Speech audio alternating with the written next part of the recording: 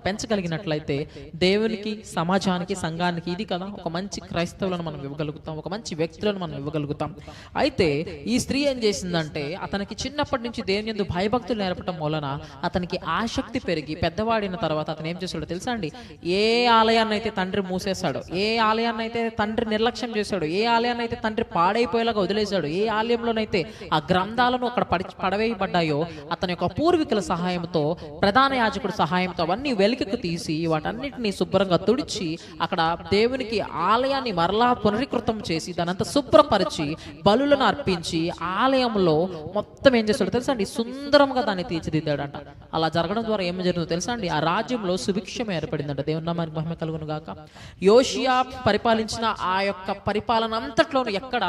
అన్యాయం జరిగినట్లు గాని, అక్రమం జరిగినట్లు గాని, కరువు గాని, కుట్ర గాని ఏది ఆ ప్రాంగణంలో గాని, ఆ రాజ్యంలోకి సమీపించినట్లు ఎక్కడ మనకి లేఖనాల్లో